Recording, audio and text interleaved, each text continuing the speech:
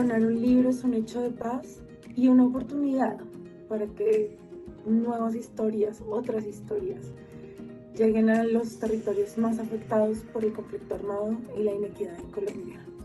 Todas y todos podemos ayudar a que la paz se siga escribiendo en el Bajo Cauca, en el Catatumbo, en el Pacífico nariñense, en el Chocó y en el Guaviare. Territorios que sufren graves tragedias a causa de la violencia armada. Únete y dona un libro nuevo o en perfecto estado para que el poder transformador de la lectura llegue a los niños y niñas, jóvenes y adultos de las zonas que más lo necesitan.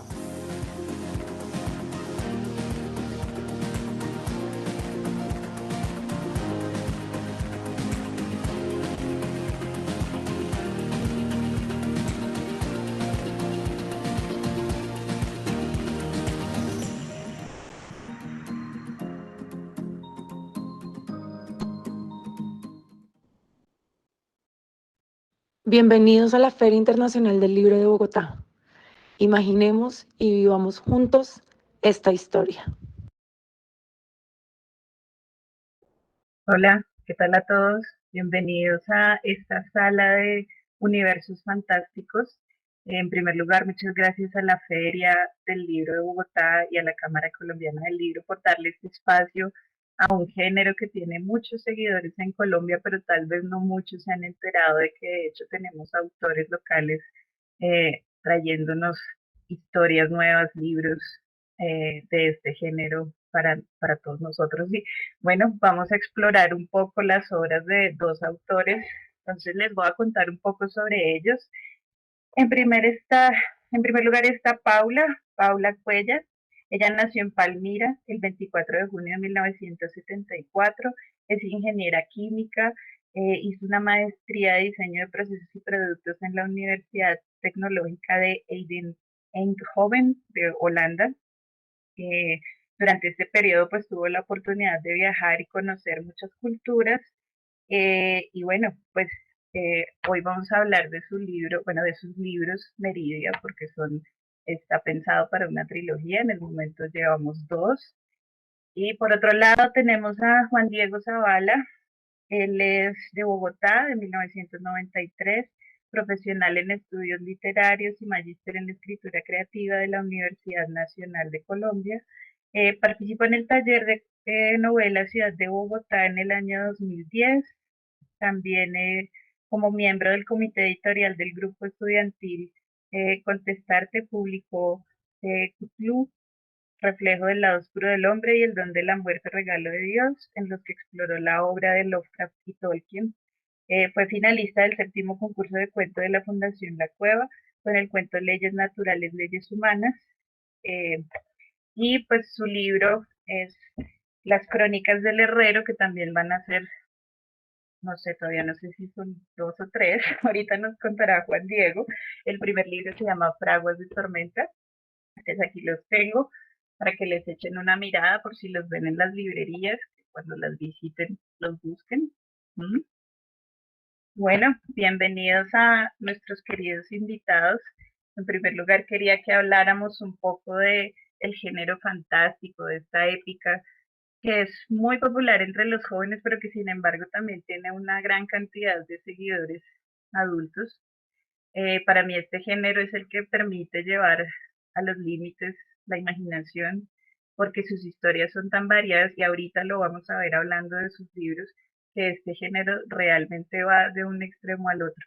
Entonces, bienvenidos y pues cuéntenos un poco cómo entienden ustedes el género, cómo llegan a él y finalmente cómo deciden emprender este viaje con sus dos novelas. No sé quién quiere empezar. Bueno, buenas tardes, Anaela, y muchas gracias por la invitación. Por mi parte, el primer acercamiento que tuve con el género fue como a los 7, 8 años que empecé a leer Harry Potter y desde ahí me enamoré justamente por eso que mencionabas tú del potencial de la imaginación y todo lo que te permite el género. Sin embargo, fue cuando leí a Tolkien, justamente que de verdad me definí por el género, digamos, yo ya venía pensando historias, de toda la vida me ha gustado eso, y se empezaban como a formar los personajes y en cierta manera un poco la historia que quería contar, pero fue cuando leí a Tolkien que empecé a ver el mundo en el que lo quería contar y el medio a través del que quería contarlo. Y por un lado, pues obviamente muy importante pues esa influencia. Y por otro lado también una autora argentina llamada Liliana Bodoc, que escribió la saga de los confines, es una trilogía de fantasía latinoamericana ambientada como en una especie de mundo prehispánico, pero pues haciendo un juego ahí, una reinvención a su manera y para mí eso también fue un descubrimiento el mundo que ella proponía y el lenguaje a través del que ella lo contaba, pues porque de toda la vida se nos ha dicho, ¿no? Tolkien súper recargado, las descripciones, la narración y todo, y yo venía con la idea de que la fantasía era eso, pero cuando me encontré con Liliana Bodow, que un lenguaje mucho más sobrio, mucho más eh, sutil cargado de muchos más silencios, pues ahí también empecé a comprender que había otra manera de hacer fantasía. Y las crónicas del Herrero nace de la unión de esos dos mundos, de esas dos formas de contar y, y pues claro, de lo que despertaron en mí, de lo que ya también se venía cocinando de mucho antes.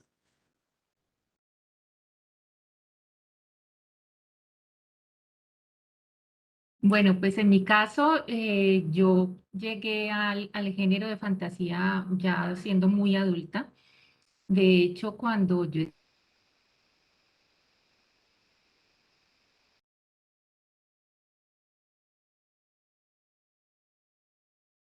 Uy, creo que se nos fue Paula un momento.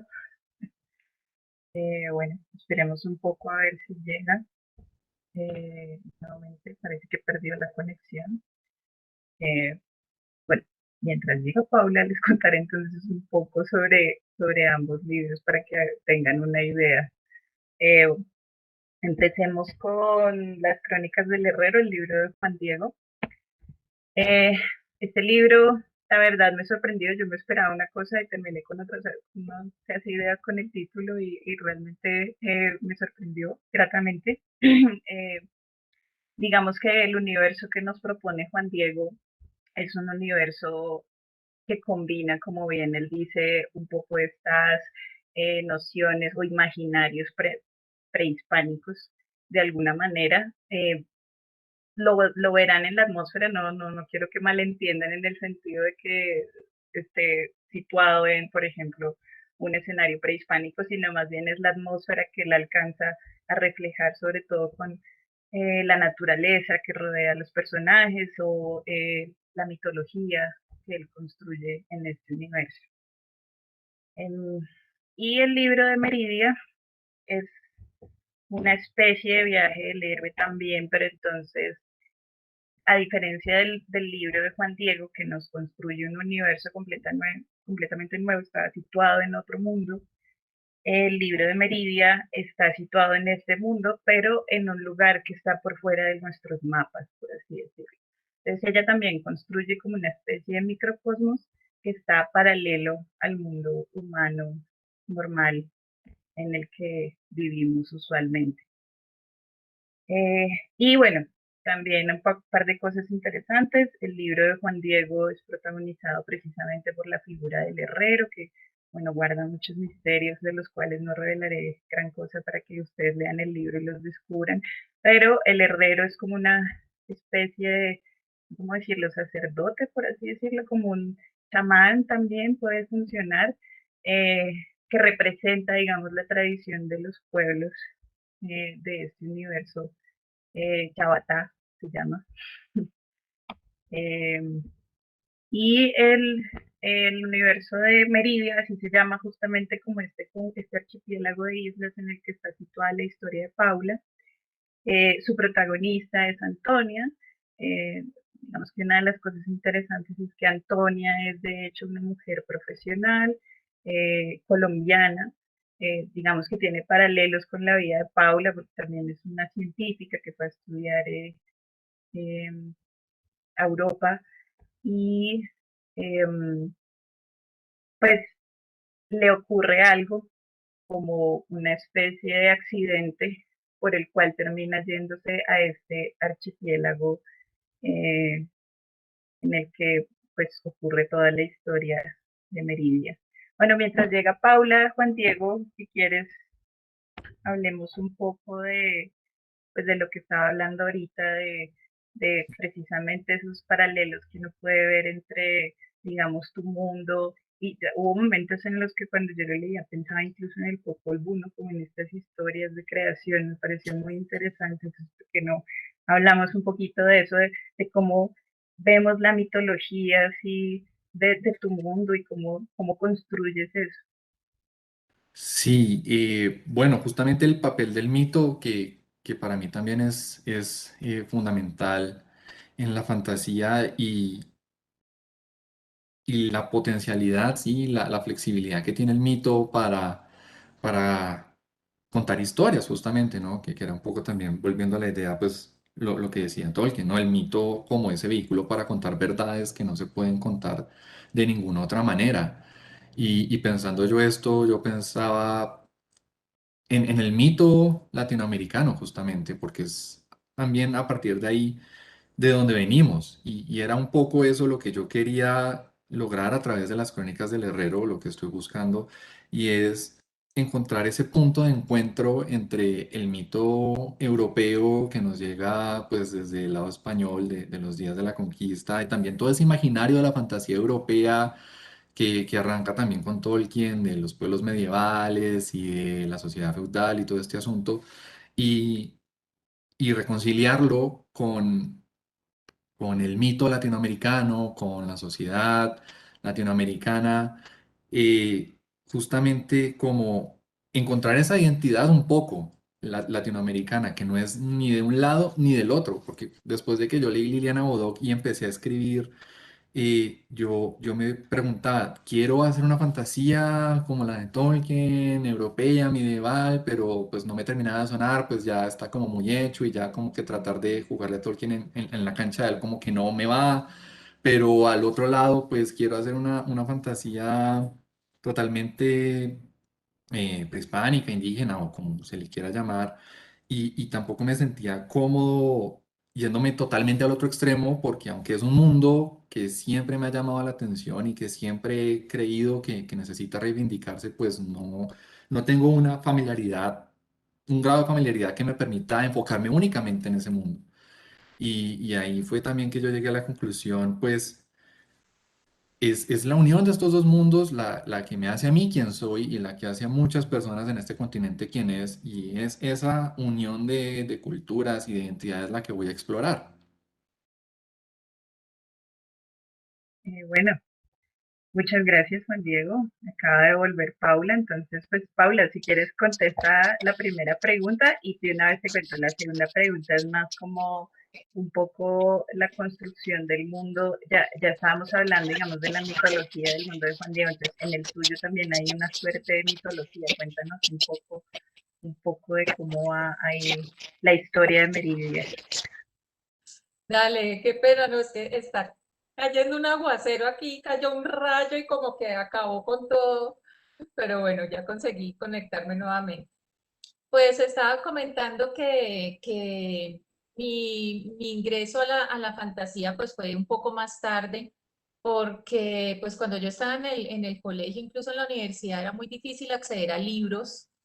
De hecho, pues yo crecí en la ciudad de Palmira y hasta hace poco apenas hay una librería ya, entonces digamos que no era como tan usual que uno tuviera pues acceso a los libros. De hecho, si uno quería leer algo, pues lo tenía que comprar o se lo tenía que pedir prestado a alguien, pues porque no había mucho más por dónde, ¿no? No había, en la época no había Google, ni PDFs, ni nada de esta facilidad que hay ahora, ni compras por internet.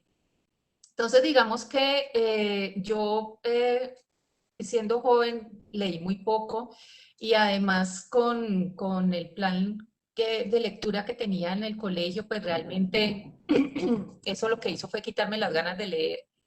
Entonces, solamente cuando yo fui a Holanda, fue que yo encontré como un ambiente muy enfocado a la lectura, ya todo el mundo lee y muchísimos géneros, y estando allá fue que yo conocí ese género de la fantasía. De hecho, también el primer libro que leí fue el de Harry Potter, pero pues a diferencia de Juan Diego, le cuento, me pareció muy chistoso cuando dijo que lo leyó de niño, porque cuando yo empecé a leer Harry Potter había publicado 3 libros nomás. Entonces, de hecho, me llamó la atención empezar con este libro porque iba a estrenar la primera película. Y a mí me gusta mucho el cine, pero yo quería leer el libro primero. Entonces, así fue como ingresé como en este mundo. Me llamó mucho la atención que alguien construyera una fantasía tan detallada, ¿no? O sea, que uno pudiera realmente sentir que está viviendo ahí porque conoce todo cómo funciona esa sociedad. Y a raíz de Rowling, pues conocí a otros autores, conocí a Owen Colfer, que es irlandés, y también pues, el de la saga de Artemis Fowl.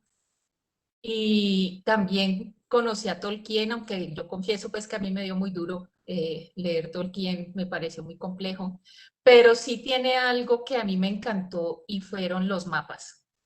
A mí me pareció eso fascinante que alguien pensara algo con tanto detalle, y de hecho a mí eso me fascinó, y cada vez que yo avanzaba un pedacito en la historia siempre me devolvía el mapa pues a ver en dónde estaba.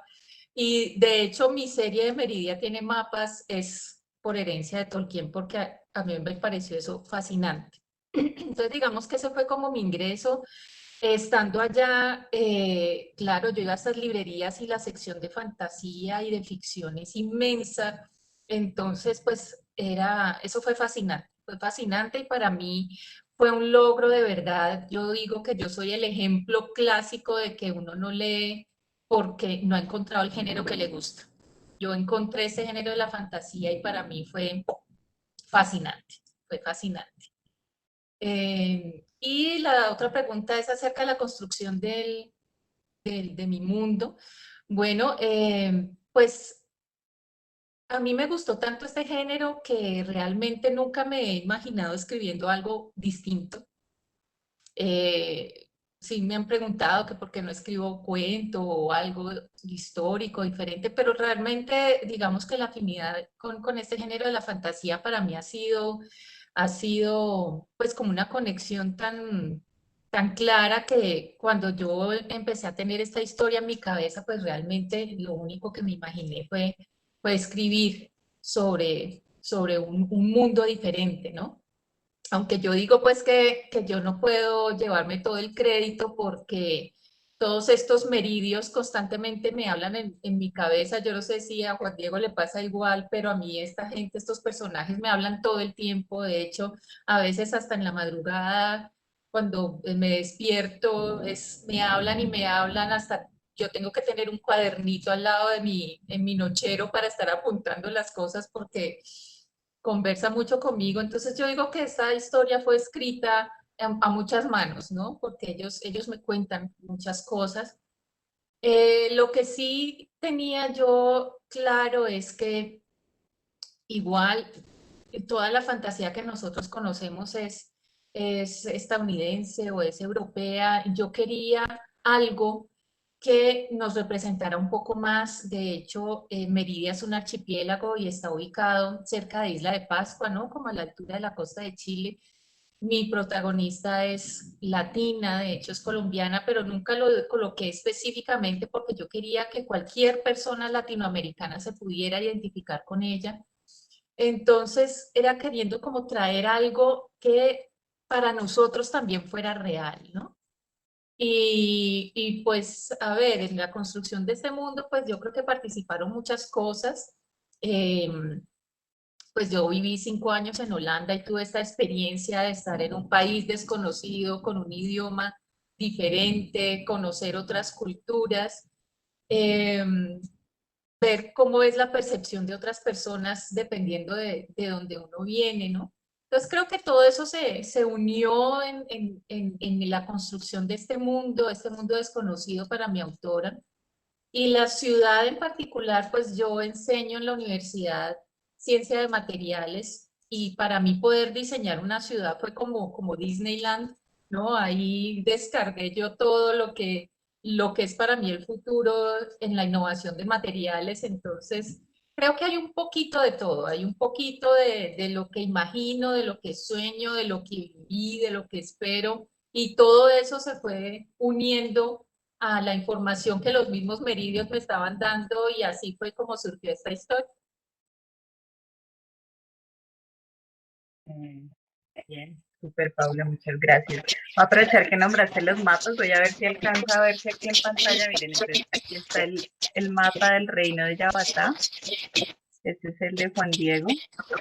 Pues supongo que no alcanzan a ver bien los detalles, pero es muy interesante porque prácticamente todo este mapa se recorre durante la historia. Y el mapa de Meridia, entonces como les comentábamos, es un archipiélago.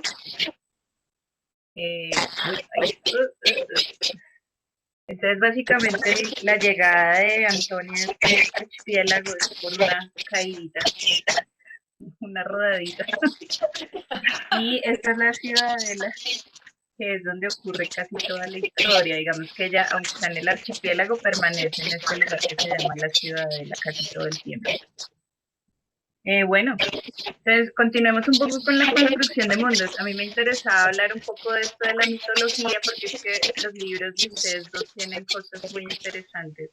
Y tienen una diferencia muy interesante. Una es que el libro de Juan Diego, como ya les habíamos contado y él también nos estaba hablando, parte como de una suerte de historia mitológica, digamos, la mitología es como lo que define un poco la atmósfera del texto. En cambio, el libro de Paula me llamó mucho la atención que uno se puede imaginar por el título que es algo así como a lo fantasía medieval también, pero no, resulta que por momentos es prácticamente una novela de ciencia ficción en la que hay un material que parece casi mágico, pero realmente es una cuestión científica que les permite a los meridios hacer muchísimas cosas. Entonces, bueno, eh, extendamos un poco la cuestión esta del mundo, ya que mostramos los mapas y hablamos un poco de esas diferencias entre los dos. Juan Diego, nos estabas hablando un poco de cómo fue que hiciste esa mezcla, digamos, entre esos dos estilos de escritura que te gustan. Pues cuéntanos un poco ya cómo fue, por ejemplo, la construcción de este mapa, de los distintos escenarios, es que hay hasta climas distintos, entonces, bueno, cuéntanos un poco de eso. Y Paula, pues ahorita nos cuentas un poco de cómo funciona este material y bueno, es que el hecho de que tu protagonista sea una geóloga y ese sea como el punto central, pues es muy interesante, entonces, adelante. Bueno, pues yo empecé, el mapa, digamos, el mapa y el espacio como tal sí estaba muy definido desde siempre. Yo, pues como les comentaba, venía trabajando a Paula cuando yo vi los mapas de Tolkien, pues yo dije, sí, o sea, como que hay que aterrizar esto en algún lugar. Y dibujé un mapa y a partir de ahí fue que empecé a escribir mis cosas, ya pues conforme fue evolucionando la novela. El mapa evolucionó un poco también, pero el espacio en sí se ha mantenido prácticamente igual. Pero la gente y los pueblos que habitan en él, sí fue un poco a prueba de error y fue también una construcción a partir desde el lenguaje que se ve en los nombres de las ciudades y en los nombres de los personajes. Y digamos que yo no, pues, no tengo tal vez la pericia de inventar un lenguaje propio de la nada. Y lo que yo hice fue buscar elementos fonéticos, sobre todo del náhuatl y del muscubún. Y empezar como a buscar por aquí una cosita y por aquí otra cosita y cambiarlos, jugar con ellos un poco como para que encajaran un poco mejor y tuvieran algo de identidad, de coherencia entre sí. Por ejemplo, el nombre de Nicumate, que es la primera ciudad en la que arranca la acción de la novela, viene de la raíz muisca Nica, que es oro, justamente por las puertas de oro y las murallas de la ciudad. También viene de Uma, que es Aymara, creo, o quechua, para agua, y Atl para agua también, desde el lado náhuatl. Y a partir de mezclar esto fue que llegué al Nicumate. Y también fue una coincidencia afortunada el hecho de que mezclando de esta manera hubiera quedado la partícula kuma, que es como se identifica también a los herreros en las novelas, porque justamente desde acá, desde donde viene el herrero y es como su hogar. Y no fue algo intencional, pero una vez me di cuenta de la relación, pues dije, listo, pues por aquí es que va la cosa y empezar así a través del lenguaje a construir y a poder yo mismo entender quiénes eran estas personas que estaban viviendo acá y a través también del lenguaje así no sea explícito en la novela, pero sí, los nombres que también van indicando quiénes son ellos, cuáles son sus rasgos psicológicos o físicos más prevalentes y un poco qué se puede esperar de ellos, pero pues insisto, no fue una mezcla ahí tal vez un poco mancheteada, pero también eso ayuda a generar esta identidad que es nuevamente como de todas partes y de ninguna en específico a la vez.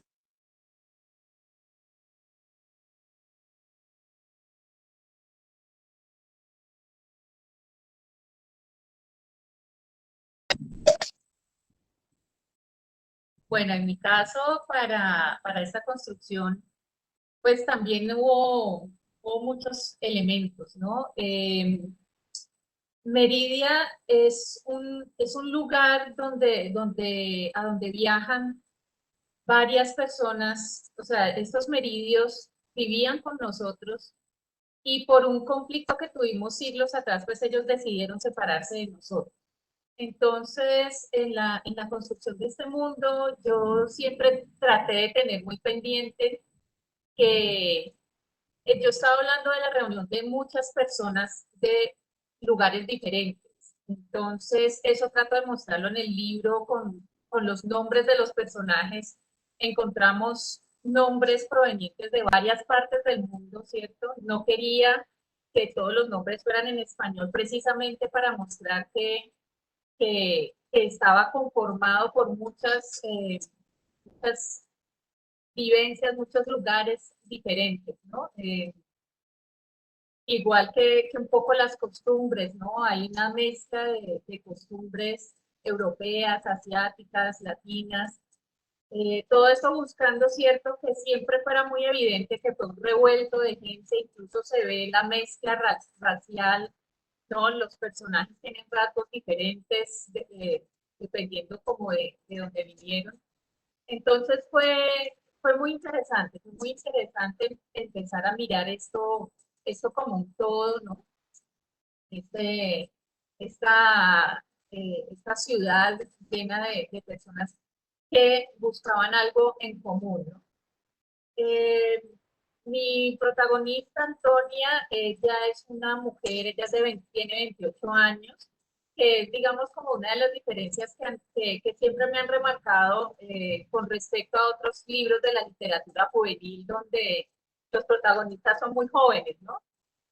No, aquí mis protagonistas son de 28 y de 30 años. Antonia es geóloga, y realmente esa fue una profesión que yo le quise dar a ella. A mí la geología me parece una ciencia fascinante, pero nunca la estudié. Sin embargo, cuando empecé a enseñar la ciencia de materiales, pude como calmar un poquito ese amor por los minerales y toda la materia y todo eso. Entonces, digamos que eso fue un regalo que yo le quise dar a ella, ¿cierto? Tener esta profesión a la que yo no me pude dedicar.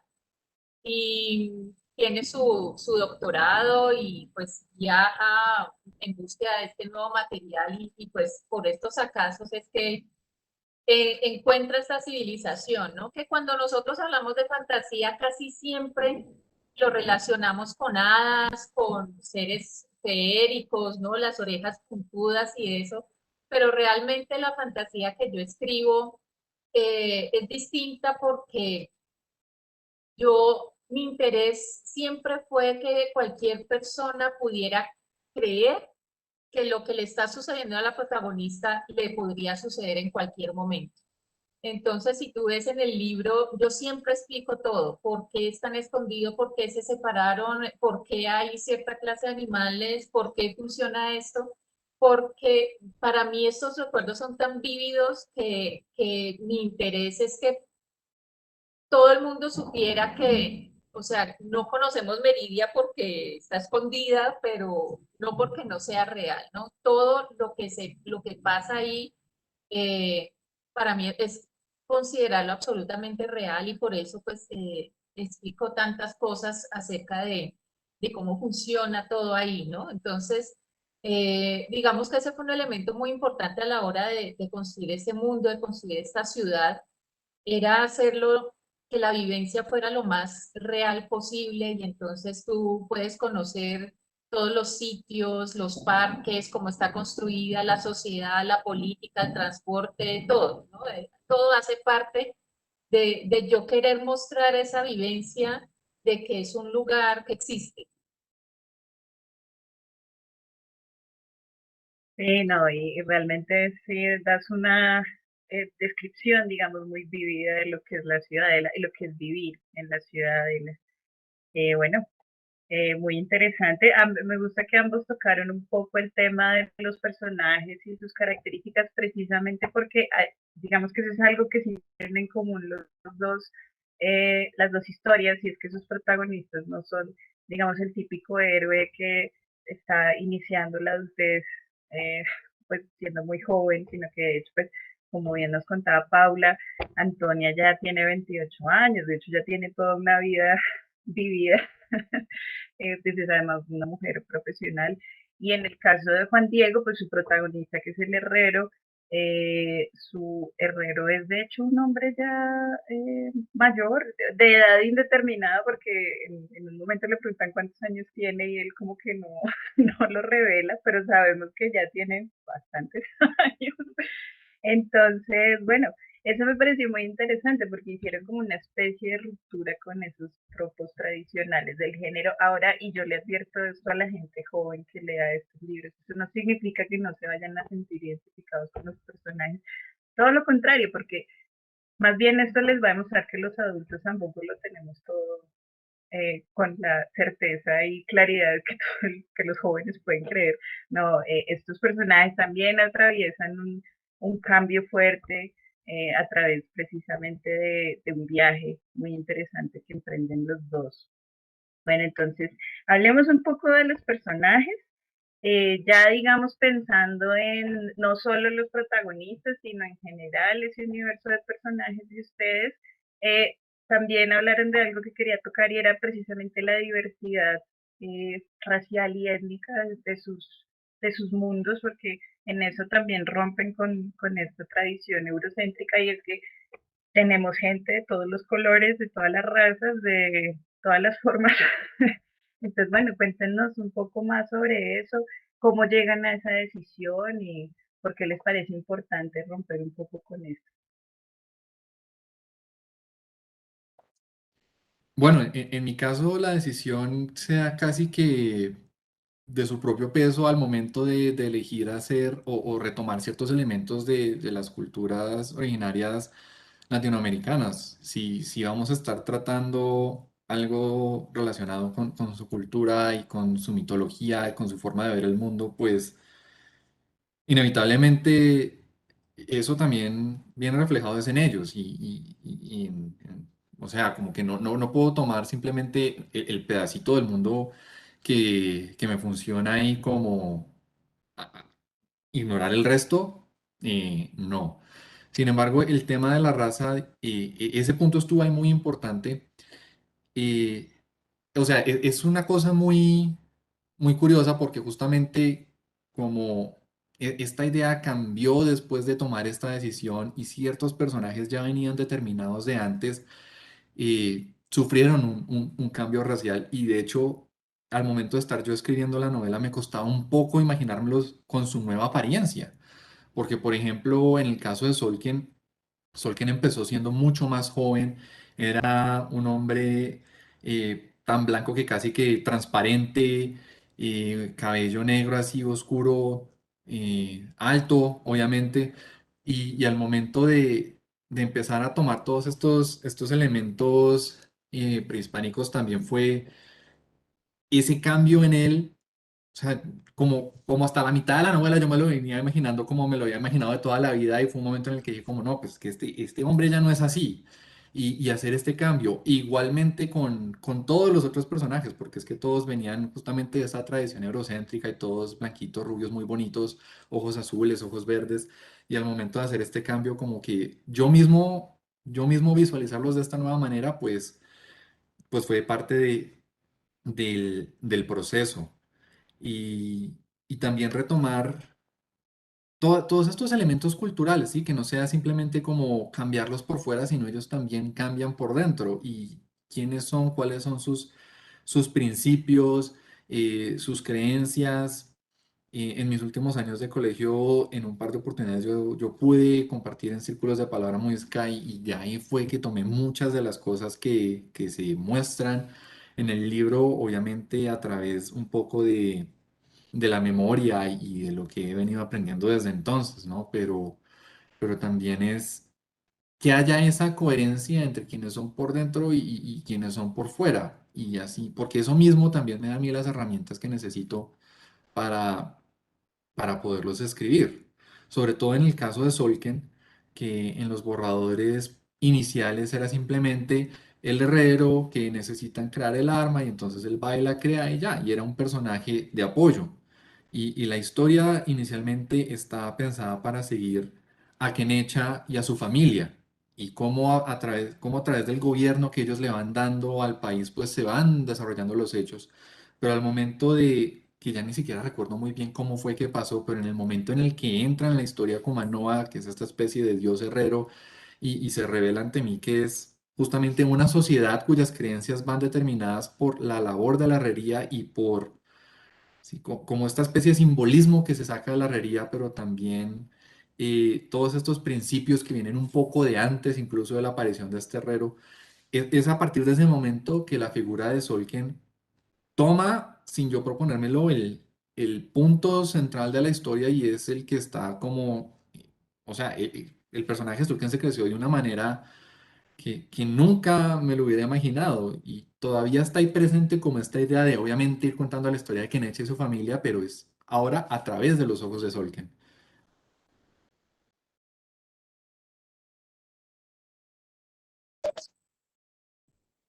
Bueno, acá en los personajes, pues ya conocemos la protagonista, ¿cierto? Que es Antonia, es una mujer latina.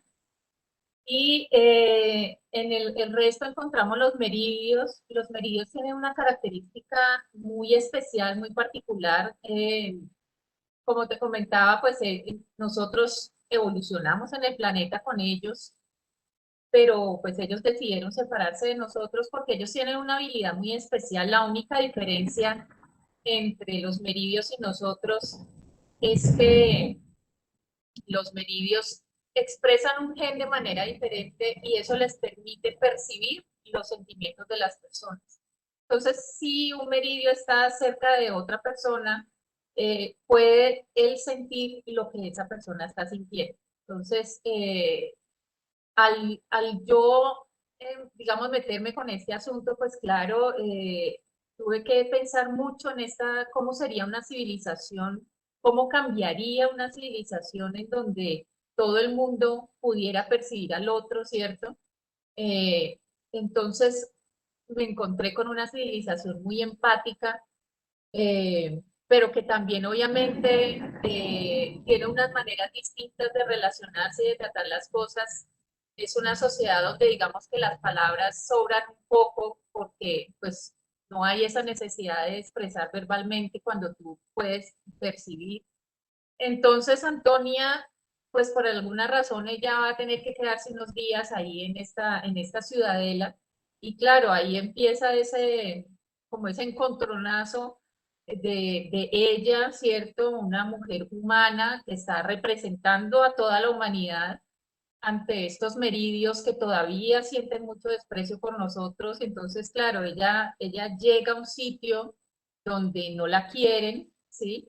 Y donde todos pueden percibirla, todos pueden saber lo que ella está sintiendo en todo momento, entonces, claro, es esa vulnerabilidad del personaje, ¿no? Entonces, quienes la acompañan a ella son, en esencia, el grupo que dirige la ciudadela está dirigida por una familia, es la familia líder, entonces ahí conocemos al papá, a la mamá y los tres hermanos, con los que ella va a estar rodeándose pues la mayor parte de la historia, y también del director del hospital, que es el encargado, ¿cierto?, como de lidiar con, pues, con este ser extraño que nunca habían podido estudiar ni nada, no conocían.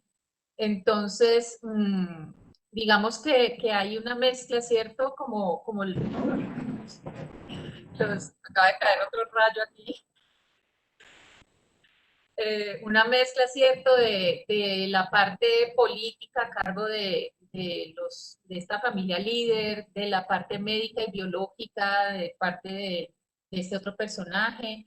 Eh, con un miembro de la familia líder, pues también está toda esta parte bélica, donde como esta ciudadela es una fortaleza militar, ella tiene que hacer unas sesiones de entrenamiento, entonces con esta persona también se va a empezar a relacionar y pues por ahí empiezan a surgir cositas a raíz de los malentendidos, ¿no? Entonces, digamos que ahí hay como una mezcla, ¿no? De muchos personajes con los que ella va a empezar a interactuar, digamos que en esa estadía forzosa que le tocó por unos días, ¿no? Sí, no, y bueno, me parece genial que hayas traído un poco a colación, un poco, de hecho ambos hablaron de las familias y que hay como unos conflictos. Entonces, hablemos un poco de eso porque en ambas novelas tenemos pues un conflicto externo, digamos, que es como en el caso de, de las crónicas del herrero, Tolkien termina involucrado en una especie de guerra por el poder, ¿no? Entonces, y hay todo un conflicto bélico también alrededor de la historia, y Sitlik, que es como el otro gran protagonista, por así decirlo, de esta historia, eh, es directamente el que involucra a Solken en esto, pero también hay un conflicto interno para Solken porque precisamente quedar involucrado en esto va en contra de sus creencias y de todos los principios en los que cree. Por el lado de Antonia, eh, también hay una especie de conflicto externo, pues digamos que por un lado está la cuestión de ser humana y en este sentido sentir el rechazo de los meridios que a través de los años que se han separado de nosotros han desarrollado como un prejuicio muy fuerte sobre los seres humanos. Entonces, por un lado está como esa suerte de discriminación o temor que sienten ellos hacia Antonia. Y también está, digamos, un conflicto externo del que no sabemos mucho, pero pues sabemos que está ahí, es la razón por la que los meridios están, digamos, siempre listos para la guerra. Entonces, bueno, tenemos esos conflictos externos, y está el conflicto interno de Solken, y el conflicto interno de Antonia tiene más que ver con el hecho de que ella se acostumbró a vivir sola, ¿no? Tiene como todo un problema con relacionarse cercanamente con las personas que la rodean, y un poco estas relaciones que ella empieza a generar, pues obviamente empiezan a generar un cambio en ella y un conflicto interno sobre lo que debería ser, sobre qué es lo más importante, su carrera o las relaciones que entabla con otras personas. Entonces, eh, un poco hablando de eso, pues vamos a cómo se relaciona el mundo exterior. Digamos que el hecho de que los dos tengan un conflicto definido ahí como detrás de la vida de estos personajes me dice que hay algo sobre el mundo real que cae en estos libros. Entonces son como estos temas que ustedes van tocando en las novelas sobre, o sea, qué es lo que realmente está ahí detrás de esos conflictos, ¿no? Un poco lo que decía Juan Diego al principio, digamos que finalmente estos libros se vuelven metáforas o analogías sobre situaciones que vivimos en nuestra cotidiana. Entonces, hablemos un poquito de esos conflictos.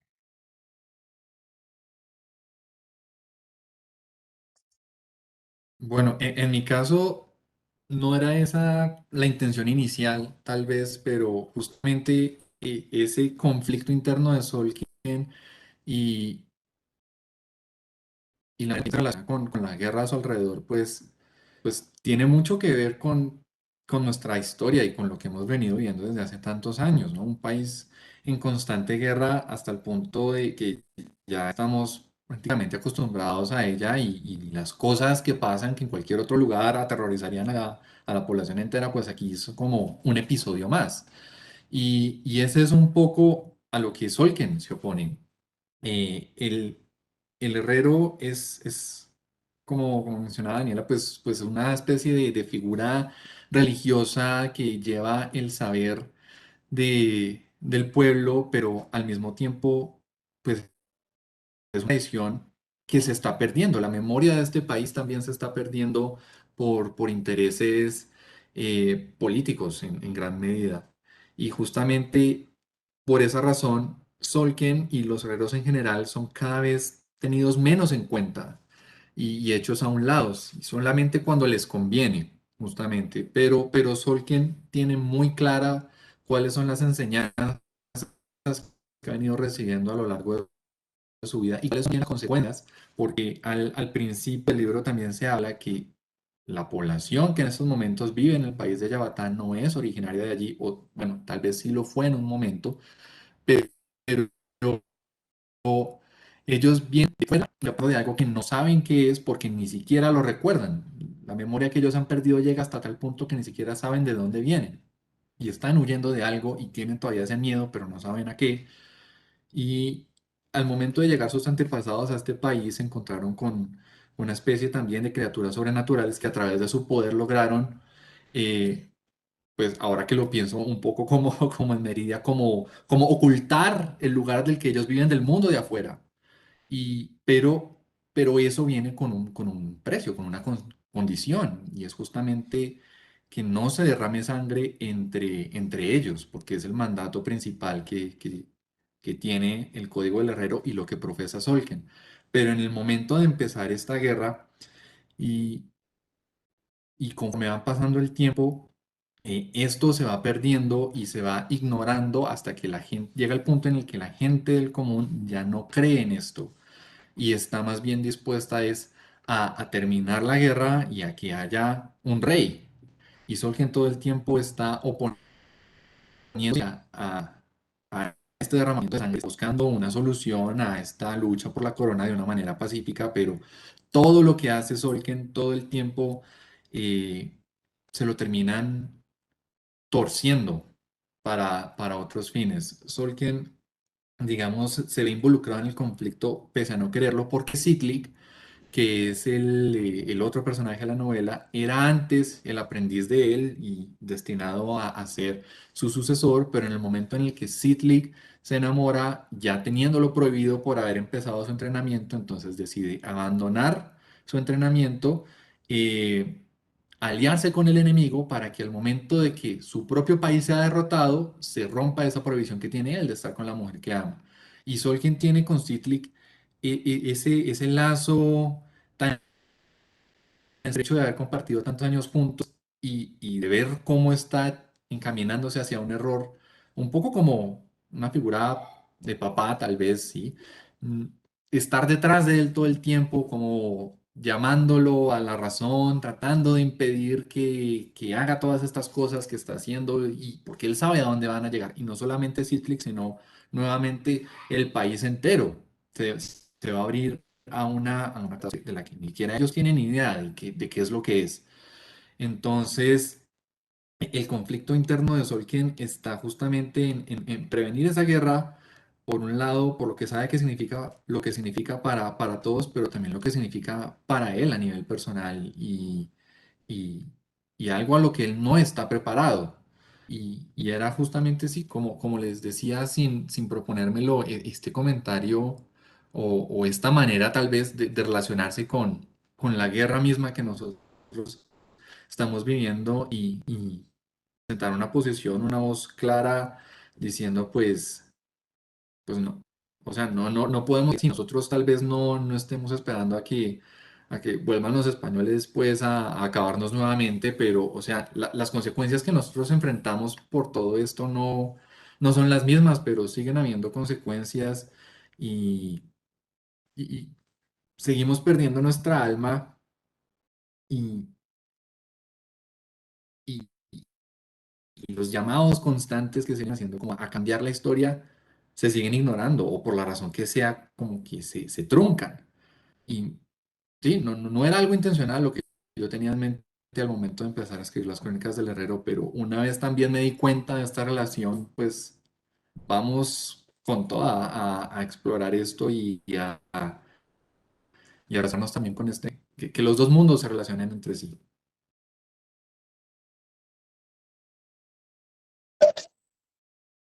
Bueno, pues en el caso de Mérida, como tú lo comentabas, pues hay varios conflictos, ¿no? En varios niveles. Primero, pues es el conflicto que se presenta al, después de siglos de estar ocultos, pues recibir a una humana ahí en su sociedad, pues eh, genera muchas alteraciones, muchos cuestionamientos, ¿no? Esa inconformidad de todas las personas que, como mencionaban, pues es más por el temor, ¿no? Y de hecho un temor heredado porque pues ninguno de ellos por siglos había tratado con un humano. Entonces es más como eso, ¿no? Enfrentarse a algo que no conocen. Por otro lado, pues está el conflicto de Antonia, ¿cierto? De saber que está en un lugar donde no la quieren y, y que a pesar de que todos los que están ahí, pues pueden saber ella cómo se siente, pues para ella es una posición de mucha desventaja, ¿no? Eh, pero además encontramos otro tipo de conflictos que se menciona un poco en este libro y se va desarrollando a lo largo de los otros, y es que en el primer libro no sabemos bien por qué estos meridos tienen unos vecinos con los que están en conflicto, ¿cierto? Tienen un problema y precisamente esta ciudad donde Antonia está es una fortaleza militar. El resto de Merida, digamos que está formado por ciudades normales, pero donde está Antonia es una fortaleza militar y como tal ella está en contacto vivo y directo con todas las situaciones que se puedan presentar, ¿cierto? Ese constante entrenamiento, el estar listo para cualquier alerta. Entonces, la historia siempre la vamos conociendo de esa medida que Antonia va conociendo algo, entonces ella solo ve pedazos, ¿no? Pedazos de esta situación con los vecinos y que poco a poco pues nos vamos a ir enterando más. Entonces, claro, hay como un relacionamiento, ¿cierto?, acerca digamos, como las experiencias que nosotros hemos tenido en en una constante situación de incertidumbre, ¿no?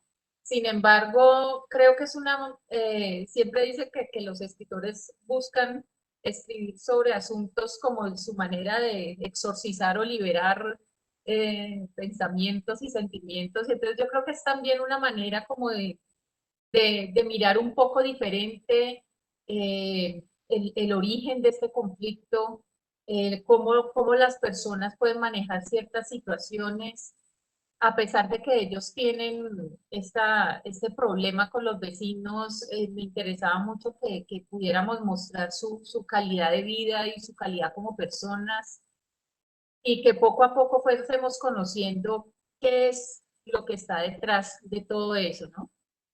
Entonces, sí, hay muchas situaciones que se presentan ahí, tal vez algunas no muy explícitas porque también toco algunos temas muy someramente, pero están como metidos ahí dentro del libro y se va a ver más que todo en el segundo y en el tercero, acerca de como de las decisiones que nosotros hemos tomado como humanidad en cuanto a nuestra sociedad, nuestra manera de vivir, a lo que le damos prioridad, a qué es lo que es noticia para nosotros o nuestra decisión acerca de nuestras fuentes de energía, etcétera. Todas estas cositas hacen parte de la construcción de este mundo y por los laditos los voy tocando, pero también son una forma, ¿no? de cuestionar nosotros como humanos, como especie, esas decisiones que hemos tomado, ¿no? Y tratando de buscar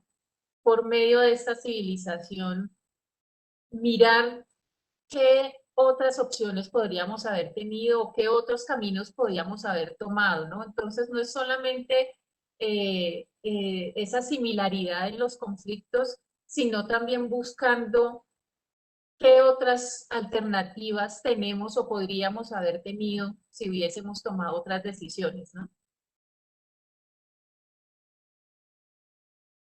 Bueno, muchas gracias a los dos. Se nos está acabando el tiempo, pero quería hacerles una última pregunta que yo creo que algunos de sus lectores tendrán curiosidad y es, bueno, tenemos la primera crónica del Herrero, ¿cuántas van a ser?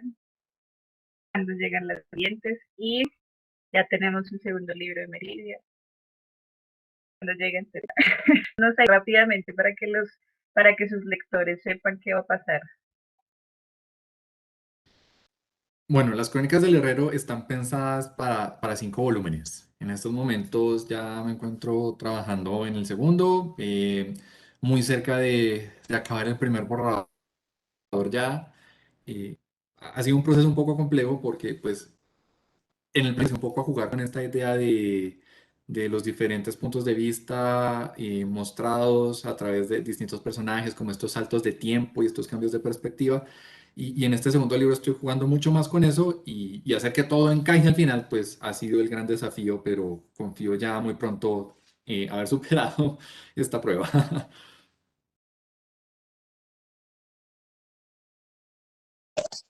Bueno, para Meridia son 3 volúmenes, ¿no? La trilogía, como dices, ya tenemos los dos. El tercer volumen yo creo que lo estamos planeando para principio de año.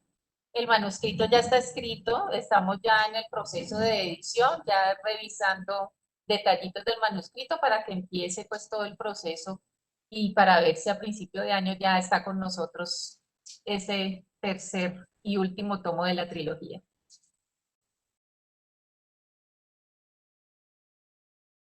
Bueno, buenísimo. Espero de haberlos dejado antojados de estas dos historias. Las dos son muy diferentes, sin embargo, guardan una relación importante. Yo creo que eso tiene que ver con el hecho de que los dos sean de acá, que sea escritura local. Realmente me divertí mucho leyendo los 3 libros, los dos de Meridia y el de Juan Diego.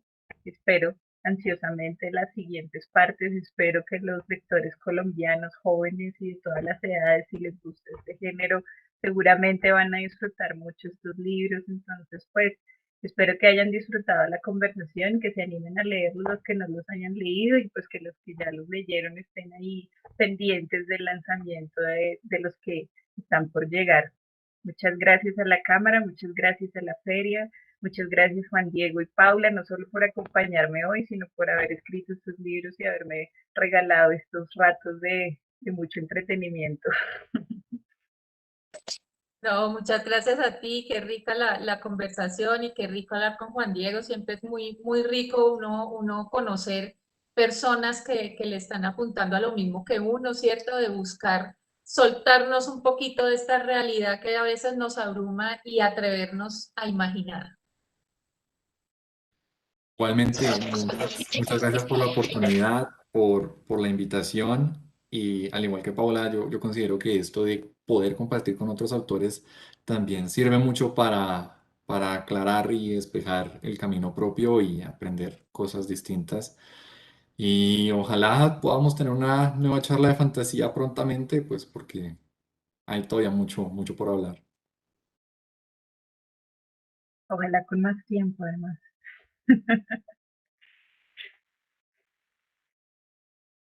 Bueno, gracias a todos por acompañarnos. Eh, esperamos seguir con estas conversaciones. Ojalá cuando saquen los siguientes libros podamos volver a vernos. Encantado, yo encantado.